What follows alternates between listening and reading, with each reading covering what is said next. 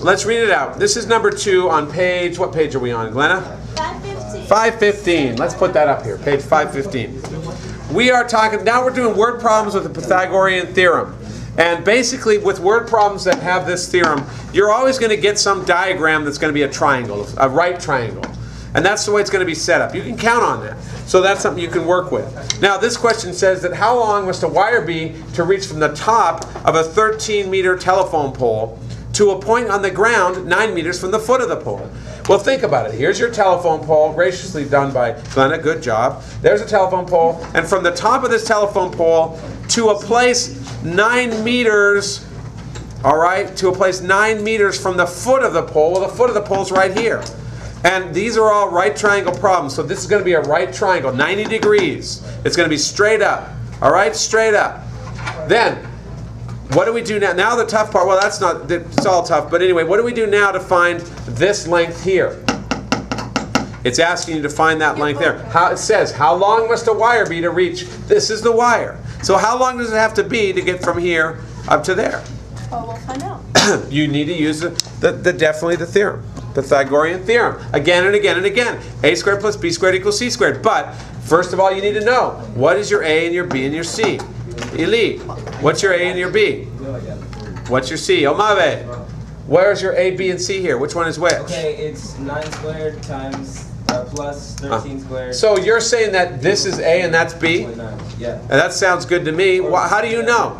And where's your C? Because you don't, across from the right angle sign, there's nothing. So that's right. That's right. Right here, across from the right angle sign, there's nothing. Have you ever heard that? More than this? There's nothing? So, this is your C. This is your C, that's your A and your B. So write in a different color, A, B, and C. How do you know this is not A and this Doesn't matter. This could be A or B, it won't matter. Doesn't matter.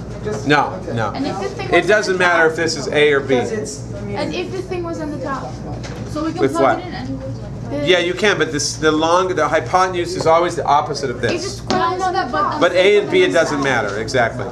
A and B, it doesn't matter. What do we get? 81 plus 169 equals what? 170, and so what do we get? which? And 170 and 80, which is 250. 250 equals C squared, right? 15.2. And C squared, when you take the square root of both sides, it's getting down to both positive, right? 15 something. Good job. It equals what? 15.9 Mr. Day. Is it 15.9? Yeah. Is that what you got? Okay, 15.9. How did you get it, Alec? 15.2. Because I guessed. Oh, okay. Well, it's not that. Now, does it make sense? Let's think about it. First of all, we've got our right triangle with 9 meters here, 13 meters there, and we're saying 15.9 there. Think about it. Does that make sense in proportion to the rest of it? Yeah. Glenna. Yeah, because it should be a little longer than this one because it's going out a little more. That's right. Good for you. It's a little longer. It's going out farther, and there you go. So the length, to finish this off, you must write a full sentence. It says, answer the question. It says, how long must a wire be to reach from the top of the pole to a point there? The wire must be 15.9 meters. Important to write that last step out because it completes the thought process. Okay? Good job. Any questions? No. Lots of fun. All right, this question here is number 5 on page 515, or it's actually on 516, but close enough. It says, what is the distance across the garden shown at the bottom? In other words, this is the garden. How do we find a way? Well, this is the way across, okay? That's why the question mark is there. We go from this corner to that corner, and we have to find the distance. And what they've given us is 65 meters to go this way, and it's 20 meters wide. How are we supposed to find this value right here? 135. Okay, well, that's your answer. That's fine. But we're going to go through the whole process of figuring it out. So first of all, what are these little symbols there? In a rectangle, what do we know about these corners? What kind of angles are they? 90 degrees, right? So we put this little angle in here. This little angle marking shows you that it's 90 degrees. Okay? So we're looking for this right here. And the way we find it is as follows. We've got your right triangles. You know that this is 65 and you know that's 20, then that's 20 because those are opposite of each other. That makes it easier right there. All you really need to do is deal with one of these triangles. So if we redraw this, and this is just a rough sketch, you just need to draw that.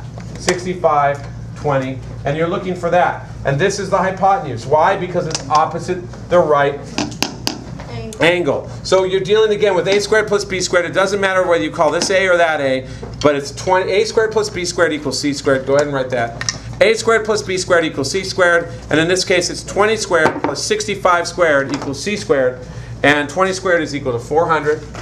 65 squared, you're going to need your calculator. Did anybody figure that out? 65 squared, Omabe? Okay, so it's 20 squared. 4225.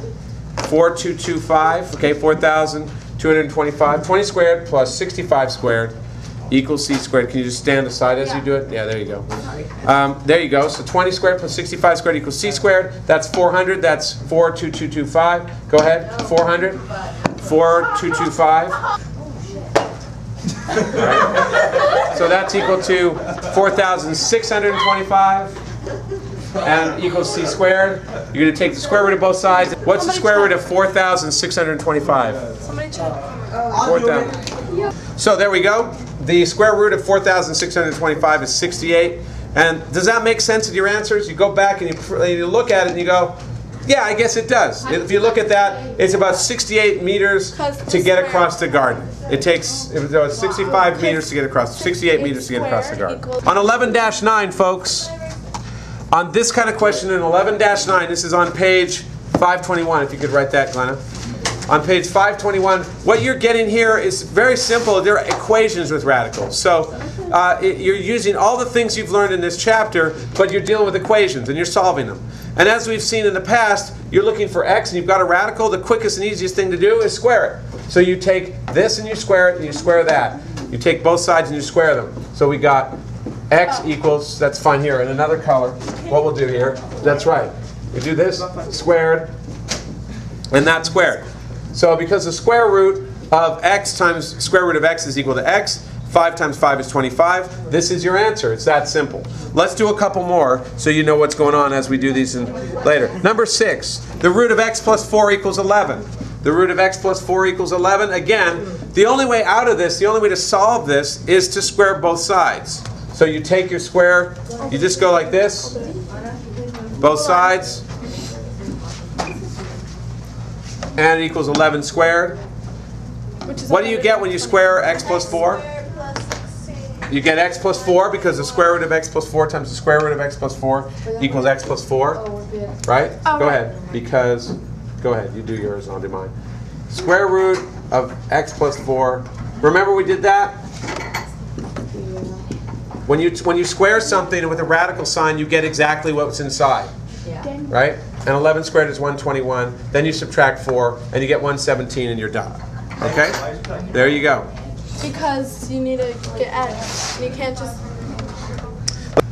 All right, today we've gone over a number of problems. I know you don't like to have these things already worked out when you get them on YouTube, but we're going to put them up anyway for those of you who want to see them. There's some simple problems that are going to be, that the quiz on Wednesday will be based on, and there's some warm-up problems. The negative root 48, again, we break it down, and the more you break it down, the more you get to the final answer, which is over here. Just a second. Right here, negative 4 root 3. Okay. Root 25x to the 9th gets broken down into 5 root x to the 8th root x. And root x to the 8th is equal to x to the 4th. Our final answer is 5x to the 4th root x. Root 3 times root 7, just multiply them out. As long as you can't break these down, so there's nothing you can do except multiply them. Root x minus 3x plus 3, same thing. You just multiply x minus 3 times x plus 3, which we did over here. It's FOIL. Remember FOIL? X minus 3x plus 3? X times x is x squared, and it moves on from there. The middle terms cancel, and our last term is negative 9. It's difference of squares for those of you who remember factoring. Number 37. This is all from the chapter wrap-up in your textbook. Chapter 11 wrap-up, root 20 over root 45. You break it down, and it works. Root 4 times root 5 over root 9 times root 5. The root 5's cancel. The root 4 is a perfect square. It's 2. Root 9 is perfect square. It's 3. And you're left with 2/3. A nice, simple fraction. 10 root 5 plus 3 root 5 is easy as long as you remember that when you're adding or subtracting, you have to have the same root. 10 plus 3 is 13. 13 root 5 is your answer. And the last one, number 53, 9x plus 9 root plus root x plus 1. There was some people who tried some nifty tricks. It didn't work. You've got to factor first. You break this down. Root 9x plus 9 can be factored into root 9 times x plus 1.